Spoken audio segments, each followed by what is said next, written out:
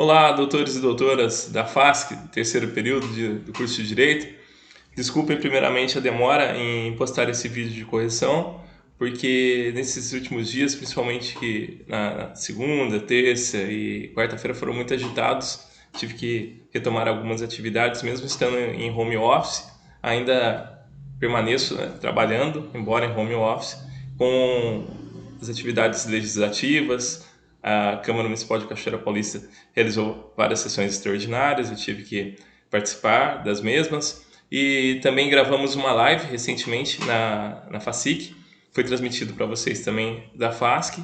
E embora a matéria fosse da teoria geral do crime, não fosse a matéria que nós estamos estudando aqui no terceiro período, ela também nos serviu. Porque, como eu sempre disse aos doutores e doutoras, a maior parte das questões relacionadas à parte especial, ao estudo da parte especial da norma penal, são resolvidas com entendimentos, com conceitos extraídos da parte geral do Código Penal. Então, teoria geral do crime é muito importante, principalmente na tipificação penal. E essa prova foi elaborada com base principalmente na interpretação de casos práticos, como eu havia dito que faria durante as aulas presenciais. Eu avisei, nossa prova sempre é voltada para análise fática e também à luz do direito, porque na prática nós estudamos tudo em teoria para poder aplicar. Então, entendo que nada mais correto de nos testarmos com situações práticas do dia a dia. Por isso que prova de direito penal não pode ter perguntinha de o que é o que é. Prova de direito penal ela tem que ser mesmo feita de maneira a que os acadêmicos, aqueles que estão se testando, possam verificar se realmente compreenderam a aplicação do conceito, se realmente aplicaram a norma penal de acordo com as circunstâncias fáticas. Então, a prova foi baseada nisso. E outra coisa também, é uma prova que foi feita à distância, vocês tiveram acesso à doutrina, à jurisprudência, tiveram acesso a videoaulas anteriores. Eu preparei um pouquinho da matéria que cairia aqui em videoaulas anteriores, reforcei os exemplos de sala de aula e contextualizei com a atualidade. Então, esse daí a prova foi montada nesse sentido. E também acredito que é uma prova ao nível da FASC, né? Uma prova que exige raciocínio jurídico, uma prova que exige conhecimento técnico. Eu sei que os doutores e doutoras têm, né? Ao corrigir a prova, eu reparei que alguns não atingiram um êxito completo, porque talvez haja questões que nós possamos discutir com relação ao entendimento, mas isso vai ficar para um outro momento. Aqui é para a correção da prova e o gabarito. Bom, então vamos seguindo já com a primeira questão. Vamos lá. Álcool Gelson é um nome bem atual, né? Um nome que para descontrair um pouquinho. Daqui a pouco vai nascer um monte de álcool Gelson por aí, mas nosso personagem aqui chama-se Álcool Gelson. Então, pretendendo matar, olha aí que ele já diz a vontade dele, já fica claro no enunciado da questão qual é a conduta, qual é a motivação do sujeito, dando um indicativo da tipicidade. Então, Álcool Gelson, pretendendo matar, efetuou disparos de arma de fogo na direção de Corona, havendo testemunhas que comprovaram os fatos, acrescentando que a vítima foi surpreendida pela emboscada armada pelo autor, afirmando que a mesma só não morreu por sorte, depondo tanto em solo policial quanto perante o juiz. Olha lá, perante o juízo. No entanto, apesar de descarregar o revólver que portava, Álcool Gelson não atingiu nenhum projétil na vítima. Durante o inquérito policial, o réu negou a autoria dos disparos. Manteve a tese da negativa de autoria também durante a instrução processual. Neste caso, com base nos dados informados, deve o réu. Então percebam, embora o réu tenha negado, as testemunhas comprovaram a conduta que ele praticou. Então, vamos seguir deste ponto, né? Lembrando, estamos fazendo uma análise técnica. Então, álcool Gelson deve ser pronunciado por tentativa de homicídio simples, pois a motivação não restou comprovada. Então, percebam, por que o homicídio ele é qualificado? Ele é qualificado por motivação, ele é qualificado por meio empregado pelo agente, ele é qualificado por características ou circunstâncias próprias, especiais da vítima ou do próprio autor. Mas vejamos então, na sequência. Aqui nós temos uma alternativa, a alternativa A, ela só trata da motivação. Ainda que não restasse comprovada, o meio que ele empregou, com certeza o qualificaria. Sequência. Deve ser absolvido, pois nenhum projeto atingiu a vítima, não havendo assim resultado lesivo. Reparem na construção da resposta. Será que ela toda está correta? Absolvido, pois nenhum projeto atingiu a vítima? Então, se a vítima não é atingida, não temos aí ao menos a tentativa? E por que a vítima não foi atingida? Por razões alheias à sua vontade, já que as testemunhas comprovam que ele efetuou os disparos na direção da vítima. Então, a ocorrência ou não do resultado só está ligada à consumação ou não do crime, nada além disso. Ela não é elemento suficiente para tipificação no caso do homicídio. Alternativa C, a correta. Ele deve ser pronunciado por tentativa de homicídio qualificado. Por que tentativa? Porque não houve consumação. Afinal, nenhum tiro atingiu a vítima. E qualificado por quê? Ora, aqui resta nítido. Sempre qualificado, reparem, nós temos que mostrar qual é a qualificadora. Esse disparo de armas de fogo contra a vítima. Né? Vamos ler o texto. Álcool gel se pretendendo matar efetuou disparos de arma de fogo na direção de Corona, havendo testemunhas que comprovam os fatos, acrescentando que a vítima foi surpreendida pela emboscada armada pelo autor. Tá aí, ó, emboscada. É o meio que qualifica o crime, afirmando que a mesma só não morreu por sorte. Olha a tentativa, razões alheias à vontade do agente. Aí o que ele informa é negativa do réu, mas temos aí a prova testemunhal suficiente para quê, pelo menos? Repare, para pronunciar o réu, para levar o réu a julgamento. Então, se vai ser absolvido ou não, depois a gente vai ver depois no júri. Mas reparem que eu tive o cuidado de colocar aqui, ele vai ser pronunciado. Eu não falei que vai ser condenado ou não. Então, vocês têm que entender essa primeira parte, né? Se ele é suficiente para levá-lo a julgamento. Na sequência, vamos ver por que a alternativa D está errada. Deve ser absolvido, pois sem a comprovação da motivação, não pode haver tentativa de homicídio. Imagine se isso está correto, sem a comprovação da motivação do agente. Nós já sabemos que existem crimes que nós não conseguimos chegar à motivação do agente, mas o meio pode ser suficiente para a qualificação do crime. Muito menos, né, se nós temos a possibilidade. Inclusive foi estudado isso em sala de aula, no material tem, a doutrina até discute se um crime sem motivação seria ou não qualificado. Só para você ter uma ideia, se eu posso admitir que um crime sem motivação pode ser qualificado, imagina então por que eu não posso entender que um crime possa ser consumado ou ao menos tentado sem motivação. É lógico que sim. Então, erradas as alternativas aqui que absolvem, as que consideram como ele podendo responder, elas são bem próximas, mas reparem que a primeira não pode estar correta porque o homicídio aqui não é simples, ele é qualificado. Eu considerei uma questão que exige um pouquinho de raciocínio jurídico, mas até certo ponto fácil. Mas teve bastante gente que errou. Na sequência, Roberval, após ouvir gritos de socorro, adentrou a casa de sua vizinha, presenciando a prática do crime de estupro que a mesma sofria. Nesse momento, agindo em legítima defesa, iniciou uma luta corporal com o estuprador, conseguindo dominá-lo. Ato contínuo, conduziu o estuprador armado para a rua, em frente à casa onde os fatos se desencadearam. Neste momento, os demais vizinhos, ao tomarem conhecimento do fato, resolveram agredir o estuprador, vindo mesmo a morrer em decorrência dos ferimentos causados pelas agressões.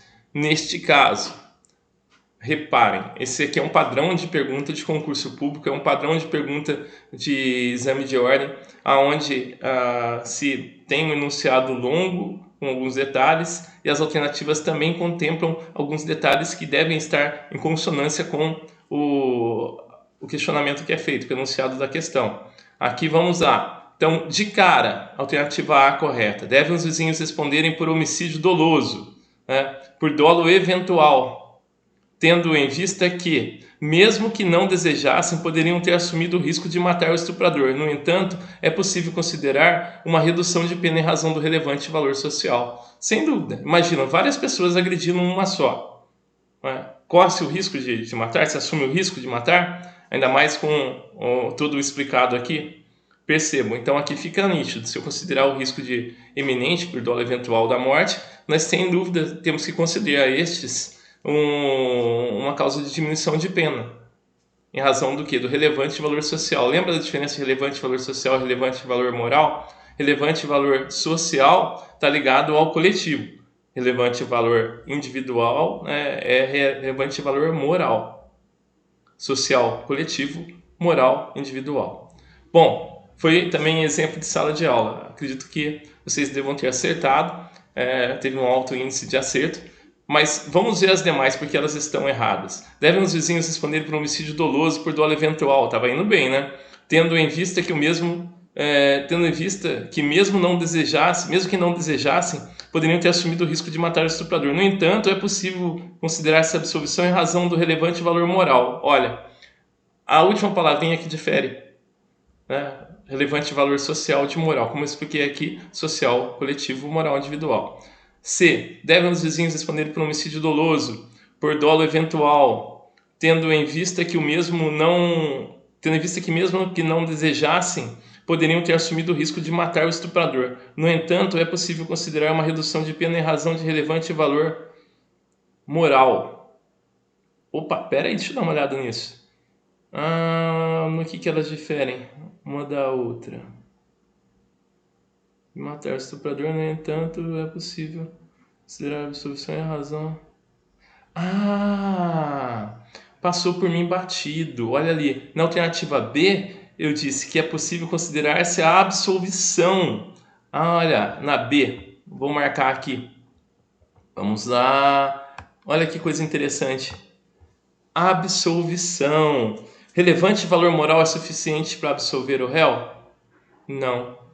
Não dá, não é possível. Inclusive, esse mesmo elemento é usado aqui, reparem, para mostrar que a alternativa D está errada. Os vizinhos devem responder, né, por homicídio doloso, dolo eventual, tendo em vista que mesmo que não desejassem, poderiam ter assumido o risco de matar o estuprador. No entanto, é possível considerar a absolvição em razão de relevante valor social. Não, relevante valor social ele não absolve. O relevante valor social ele vai gerar uma causa de redução de pena. Daí, então, por isso, a alternativa B e a alternativa D contemplam erros. A B chegou até próxima. Se não fosse a expressão absolvição, né, se fosse redução de pena, como no exemplo da A, estaria correta. E aqui tem um outro erro que é, mais um erro que nós temos aqui na B, o relevante valor moral. Enquanto a alternativa D trata de maneira correta o valor social, só fica equivocada aqui com relação à absolvição, que a absolvição não é possível neste caso. Então, dentro das alternativas, ainda que você não concorde, professor, para mim me dá a impressão que eles não fica provado que eles queriam matar. Tá? Ok, se fosse uma questão aberta, a gente poderia até discutir, mas como é uma questão fechada, se leva em consideração as alternativas que você tem, fica nítido que a resposta correta é a da alternativa A. Então, considera uma questão que é complicadinha, porque existem dois pontos que você precisa saber. Precisa saber com relação ao relevante valor moral ou social, no caso é o social que é o correto, né, do coletivo, e tem que saber também se esse relevante valor social, se ele absolve o réu ou gera uma diminuição de pena. Alternativa, vamos à questão número 3. Ronaldo, pretendendo matar sua sogra, conhecendo o fato de que a mesma é diabética, em altíssimo grau lhe serviu um chá, colocando grande quantidade de açúcar. Exemplo de sala de aula, né? Nesse caso, verifica-se. Vamos ver. Alternativa A. Verifica-se, caso ocorra a morte, um homicídio qualificado pelo emprego de veneno, configurando-se um meio cruel. Tá certo, o veneno configura um meio cruel, mas nesse caso nós não podemos considerar o emprego de veneno, porque açúcar não é veneno. O conceito de veneno é dado pela biologia, como nós já vimos, e para ser considerado veneno pelo direito penal, tem que ser hábil a matar qualquer pessoa, não determinada pessoa. Aí o caráter de análise tem que ser objetivo. Alternativa B. Se a vítima chegar a óbito, estaremos diante de um homicídio simples, tendo em vista que a senhora teve uma morte doce? Aí não, né? Se você marcou aí, teve uma pitada de bom humor, mas não é o suficiente para tanto. Alternativa correta, alternativa C. Verifica-se Caso ocorra a morte, um homicídio qualificado pelo emprego de um meio insidioso. O veneno é o meio insidioso por excelência. O que é o meio insidioso? É aquele que engana, que traz um engodo, aquele que faz toda uma escaramuça para que a vítima venha a falecer. Então fica aí a alternativa C correta, só conferindo a alternativa D. Estaremos diante de um homicídio privilegiado devido ao fato de não se configurar qualquer qualificadora? Da onde se tira isso, se você marcou essa alternativa como certa? Homicídio privilegiado? Não, privilegiado é aquele que implica na causa de redução de pena. Então, não é o caso aqui. Nós sabemos que o privilégio é quando o agente age mediante relevante valor social, moral, como já analisamos em outra questão, ou impelido por violenta emoção logo após injusta provocação da vítima. Ok? Então, impossível ser a alternativa D. Né? E o fato também de não incidir nenhuma qualificadora não quer dizer que vai ser sempre privilegiado. O fato de não incidir uma qualificadora pode levar a um homicídio simples. Ok? Seguimos para a próxima questão. Essa aqui foi fácil. 4. No caso anterior, se ao invés de açúcar tivesse Ronaldo utilizado uma substância química classificada como veneno, a qual, quando ingerida, causaria obstrução das vias respiratórias. Opa, olha aí. Então, se eu olhasse a 4, ela já me ajuda a responder a 3, só com o enunciado. Estaremos diante da hipótese de um crime impossível se o agente tivesse utilizado uma quantidade que, embora acreditasse ser suficiente para matar, apenas causasse lesões corporais na vítima? Olha, se causou lesão corporal, como é que é crime impossível? Pare e pense. Né? E outra coisa, me parece aqui ser muito mais um caso de tentativa. Por que o crime não se consumou? Por razões alheias à vontade do agente, quer seja, não acertou na quantidade de veneno. Alternativa B, que é a correta. Responderia o agente por tentativa de homicídio qualificado, ainda que a quantidade empregada não fosse suficiente para matar, sendo a vítima salva devido ao pronto atendimento médico. Corretíssimo. Fechou a questão. C. Responderia o agente por tentativa de homicídio simples, ainda que a quantidade empregada não fosse suficiente para matar, desde que a vítima seja salva devido ao pronto atendimento. Como é que ele vai responder por homicídio simples? Olha em que coisa, se ele empregou o veneno.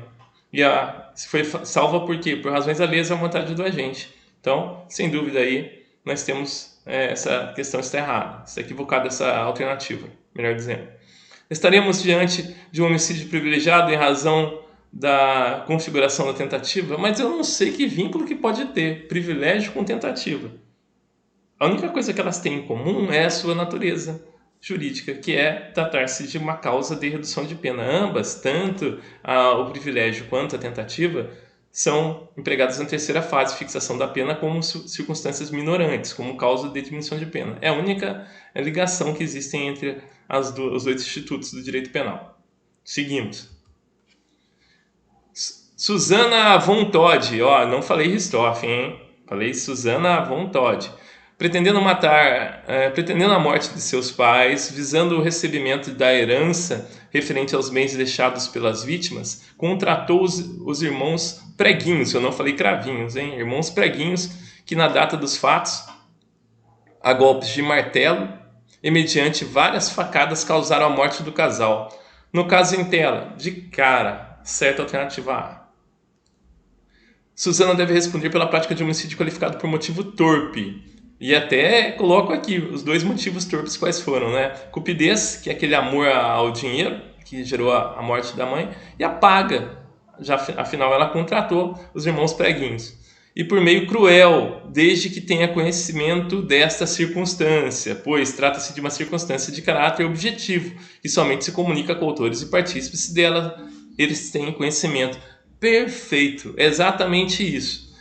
O meio cruel é uma circunstância de caráter objetivo, ou seja, ela está ligada à forma com que o agente age, não está ligado diretamente aos sentimentos ou pessoalidades dos agentes. E toda circunstância de caráter objetivo se comunica com o autor ou partícipe, desde que dela tenha conhecimento. Se a Suzane sabia qual era o meio empregado pelos irmãos Preguinhos, então ela poderia sim responder por essa qualificadora, mas esse elemento de conhecimento é essencial. Correto, alternativa A. Só para ver se as outras estão realmente erradas. Suzana deve responder pela prática de homicídio qualificado por motivo torpe, cupidez e paga, e por meio cruel, desde que tenha conhecimento dessa circunstância, pois trata-se de uma circunstância de caráter subjetivo. Opa! Tá errado aí. É caráter objetivo, né? Que somente se comunica com autores ou partícipes dela sem conhecimento.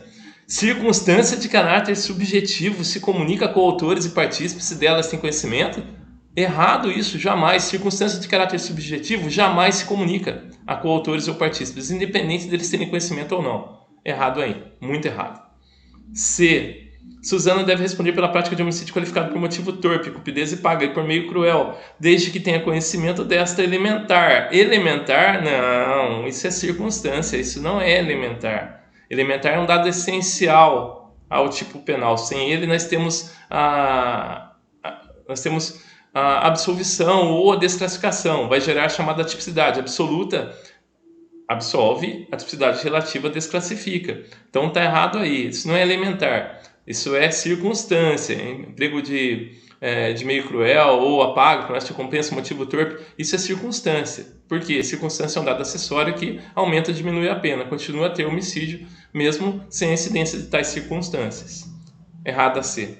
A D. Os 3 agentes devem responder por homicídio qualificado apenas por motivo torpe.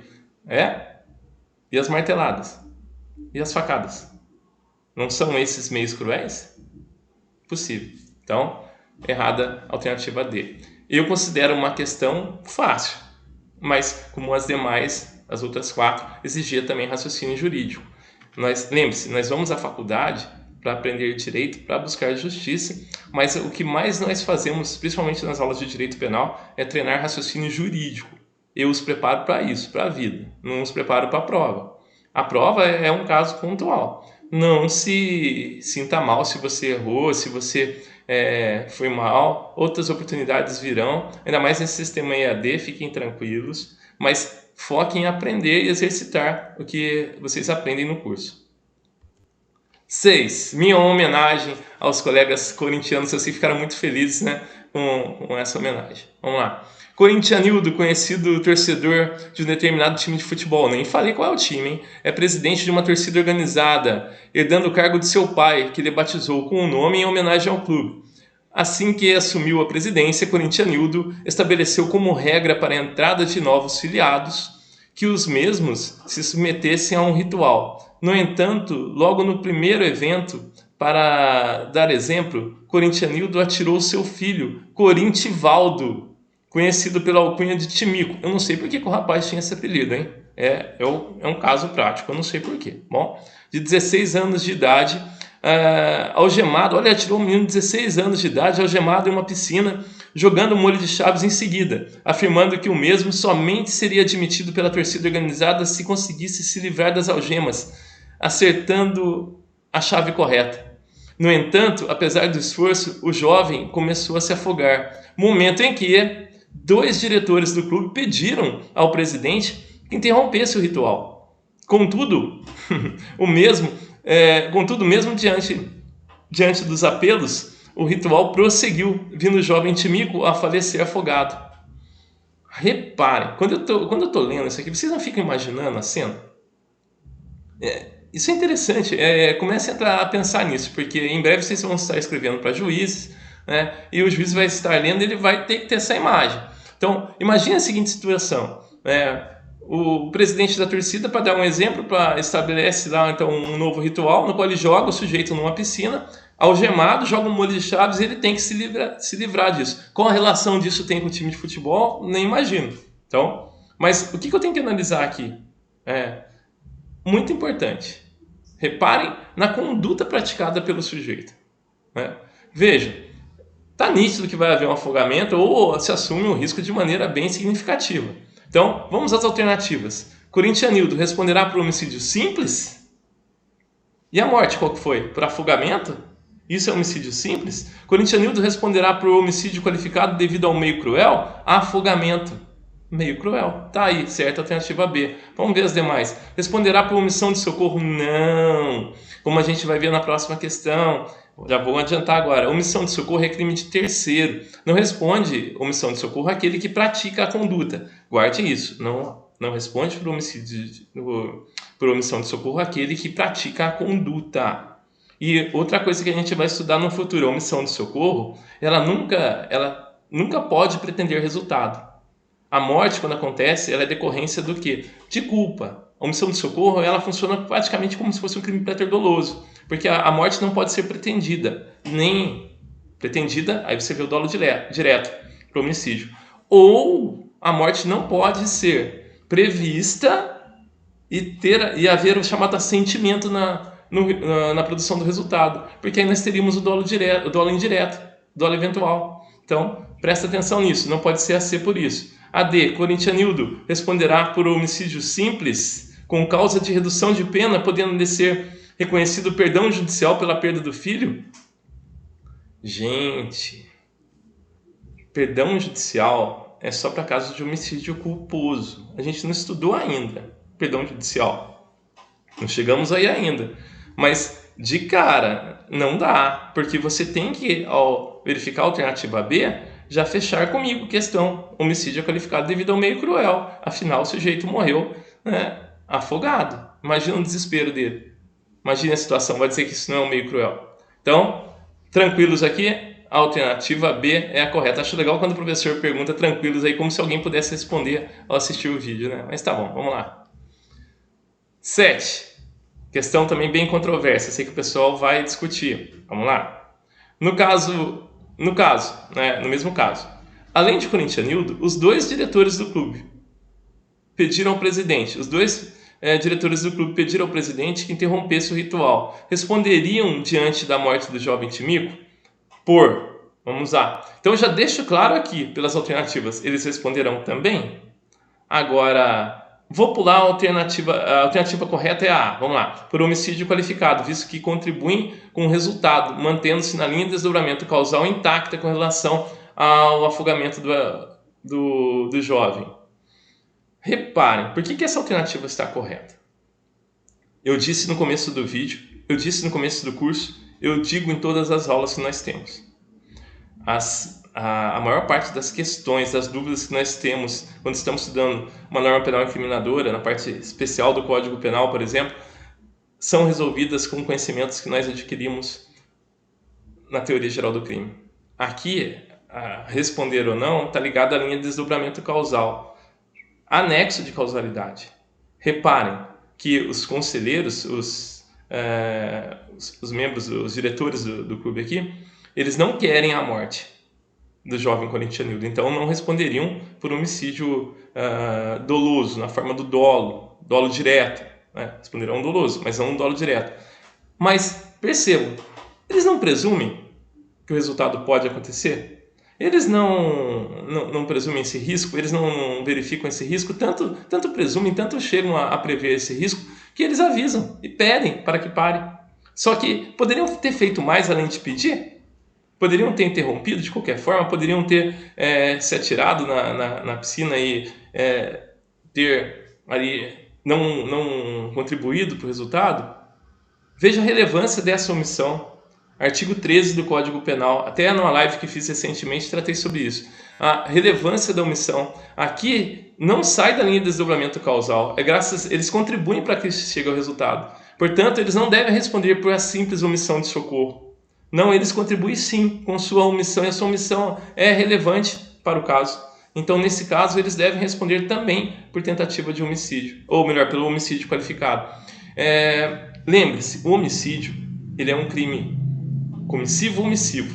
O homicídio pode acontecer por comissão, por ação, mas pode também acontecer por omissão. Basta que a gente queira o resultado ou que possa prevê-lo e que assuma o risco, né, com sua conduta. Então, nítido para mim.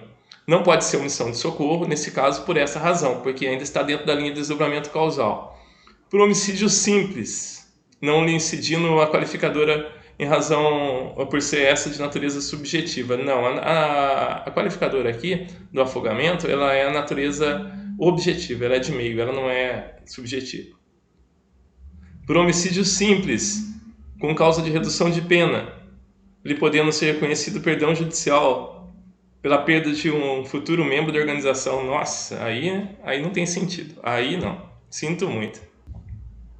Aí não é possível o reconhecimento dessa questão, dessa alternativa, devido ao fato de que perdão judicial, mais uma vez, é em caso de homicídio culposo. Aqui não é o caso. E eu vou além.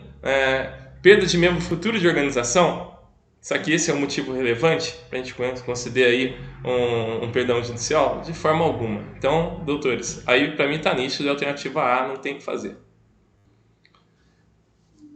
Questão número 8. A homenagem aí a um personagem que vai entrar para nossa história. Não sei de que forma, mas vai entrar. Eu não tenho nenhuma conotação política no comentário, pelo amor de Deus.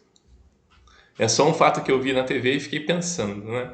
Quando eu elaborava a prova de vocês. Vocês sabem que a prova de vocês, ela não é tirada de concurso público, ela é feita com base em dados fáticos na realidade que a gente vê no dia a dia. Vamos lá. Jairzinho, sabendo ser portador do coronavírus, o que testou positivo, descumpriu as medidas de isolamento sugeridas. Reparem, não são obrigatórias, são sugeridas.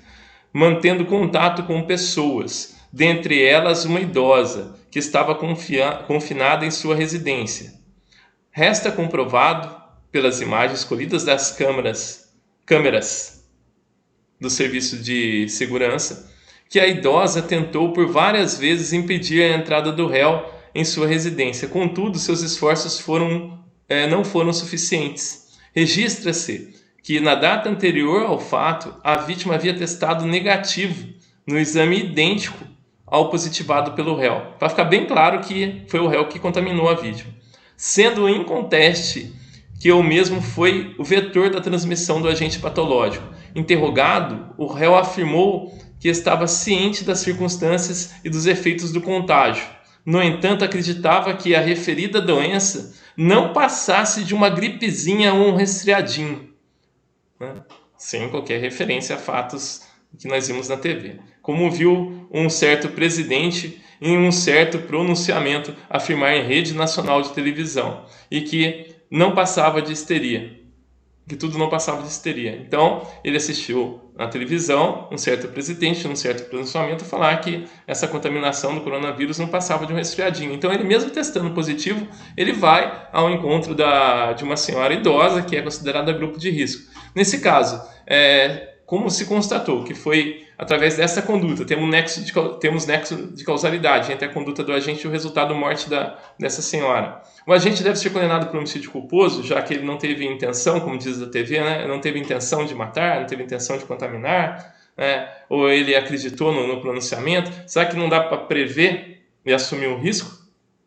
Então, sei que alguns tiveram vontade de absolver, né, o Jairzinho, mas o correto aqui não é absolvê-lo. O correto aqui é que o agente deve ser pronunciado por homicídio qualificado, devendo ser reconhecido o dolo eventual, se restar provado que o mesmo não pretendia matar. Olha só, mas assumiu o risco, sendo a qualificadora referente ao perigo comum com relação a todas as pessoas que tiveram contato. Sem dúvida, o comportamento dele põe em risco a coletividade. Então, e digo mais.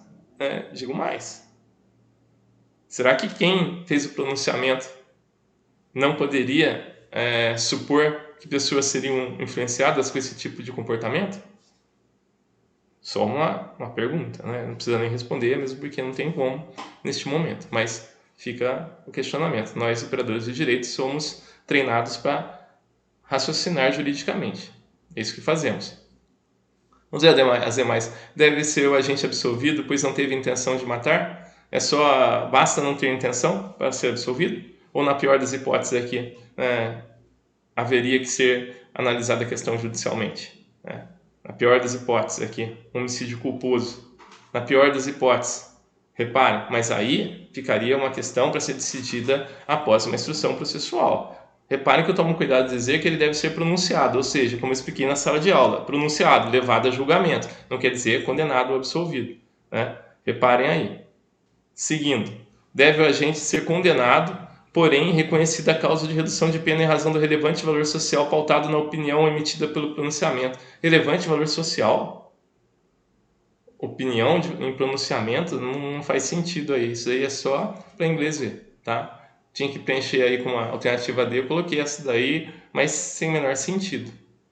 Seguindo, Fácil. Essa daqui é pergunta bônus. Isso aqui é brinde. O traficante de drogas que executa a vítima, uma mulher usuária de drogas que lhe devia. A mulher usuária de drogas lhe devia, né?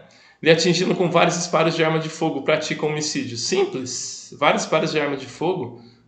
Matou a mulher porque ela lhe devia drogas. Motivo fútil? Será que é desproporcional isso? Ou isso é torpe, isso é hediondo? Vimos? Este é um exemplo de um motivo torpe. Seria feminicídio? Porque afinal morreu uma mulher. Mas sempre que morre mulher é feminicídio? Não, para ser feminicídio tem que estar ligado à sua condição de sexo feminino, condição de gênero. Não é o caso aqui. Aqui a motivação foi dívida de droga. Podem procurar na jurisprudência, tem de tonelada. Dívida de droga. Quando se mata um usuário de droga para se cobrar dívida, é considerado homicídio qualificado por motivo torpe. Seguindo. 10. Os telejornais informaram que em determinada data foram registradas as mortes de 40 pessoas que tomaram álcool líquido, 46,2%, depois que viram em redes sociais uma notícia falsa de que a ingestão do referido produto, usado na limpeza de utensílios domésticos, seria eficaz na cura do coronavírus. Nesse dia, naquele país, a fake news fez mais vítimas do que a Covid-19. Neste caso, se identificada a pessoa que criou a notícia falsa, que gerou a morte das mencionadas pessoas, estaríamos diante de um caso. Agora veja. Que caso? Isso daqui eu tirei de uma matéria que eu vi na TV. Não me recordo agora qual o país, mas teve um determinado dia, em que morreu mais gente por ter ingerido álcool, acreditando numa fake news, do que as eventuais vítimas do coronavírus. E essas pessoas acreditaram, movidas por essa fake news, que ingestão de álcool, esse comum que nós vemos aí, esse etílico de 46,2%, fosse suficiente para matar o vírus. Então, pare e pense na atitude de quem faz isso nesses tempos de pandemia. É uma conduta atípica? Não dá para pensar, não dá para prever que alguém pode morrer ingerindo essa bebida? Né? Então, tem que descartar a alternativa A, atípico, pois não existe nenhum tipo de relação com os fatos. Tipo penal relacionado com os fatos existe sim. Né? Um caso de homicídio culposo, pois não houve intenção de matar? Intenção pode não ter havido, mas é só isso que leva ao homicídio culposo? Será que não posso presumir o risco? Será que não posso pensar que pessoas podem vir a morrer com a ingestão de álcool, como de fato morreram? Inclusive mais pessoas, 40 pessoas, que é um dado significativo, não foi uma ou outra, foram 40 pessoas que tiveram acesso à informação que morreram. Um caso de homicídio culposo, pois não houve intenção de matar, já vimos um caso de crime impossível, tanto não foi impossível que teve gente que morreu, né? E um caso de homicídio por dolo eventual, tendo em vista o claro risco inerente à conduta. Essa aqui, acredito que ninguém errou, mas fica o alerta. Reparem, mais uma vez, olha a linha de desdobramento causal. Reparem se eu não tenho dolo eventual nesse caso. Então, doutores, fica aqui o gabarito, vocês podem depois ver com calma. Eu considerei uma prova honesta, de acordo com o que nós vimos em sala de aula, não fui além. Agora, como que nós vamos continuar? Vamos fazer trabalhos, eu vou gravando videoaulas, vou gravar também, vou mandar os slides das videoaulas que eu vou postar, tudo no Interativa, vou mandar para os coordenadores também que vão distribuir para vocês, mas também vou postar no AVA, então vamos lá, no Interativa, no AVA, vou enviar para coordenadores, vou enviar também para os representantes de sala. Então, gostaria de agradecer a todos vocês que nos acompanham no canal do YouTube. Por favor, se inscrevam se ainda não se inscreveram, porque eu vou disponibilizar no Interativa e também no AVA o link para que vocês acessem lá o YouTube, onde vão ter as aulas. Então, as aulas seguirão agora nesse formato de videoaulas. As dúvidas vocês podem me encaminhar, como eu tenho respondido a alguns por WhatsApp. Prefiro o WhatsApp ao e-mail. O WhatsApp eu acho que é o modo mais simples, que eu já respondo no áudio bem mais rápido. Tá? O e-mail demora um pouquinho. O e-mail é mais institucional, então prefiro que vocês mandem as questões pelo WhatsApp. Podem mandar à vontade, não tem o menor problema com isso. Só tendo paciência de aguardar um pouquinho, que assim que possível eu retorno. Bem, então, sinto saudades de vocês, espero que em breve possamos estar juntos. Essa semana que vai entrar agora, já estarão disponíveis várias videoaulas para vocês. Eu pretendo fazer pelo menos uma videoaula por semana e também vou eventualmente gravar uma live onde a gente pode ter uma maior interatividade. Doutores e doutoras, um grande abraço e não fiquem chateados se não foram tão bem na prova, porque a prova, ela não, a nota que você tirou, a nota da prova é a nota da prova, não é a prova do aluno. A nota do aluno para mim da FASC foi, é e sempre será 10. Tenho muito orgulho de vocês, alunos da FASC. Muito orgulho mesmo, assim como eu tenho dos alunos da FASIC, da onde eu saí, da onde eu estou ainda, mas com esse pezinho aí na FASC também, da onde eu não pretendo também retirar, nenhum dos dois pés, nem de um lugar nem de outro. Então, um grande abraço aos doutores e doutoras, vamos continuando.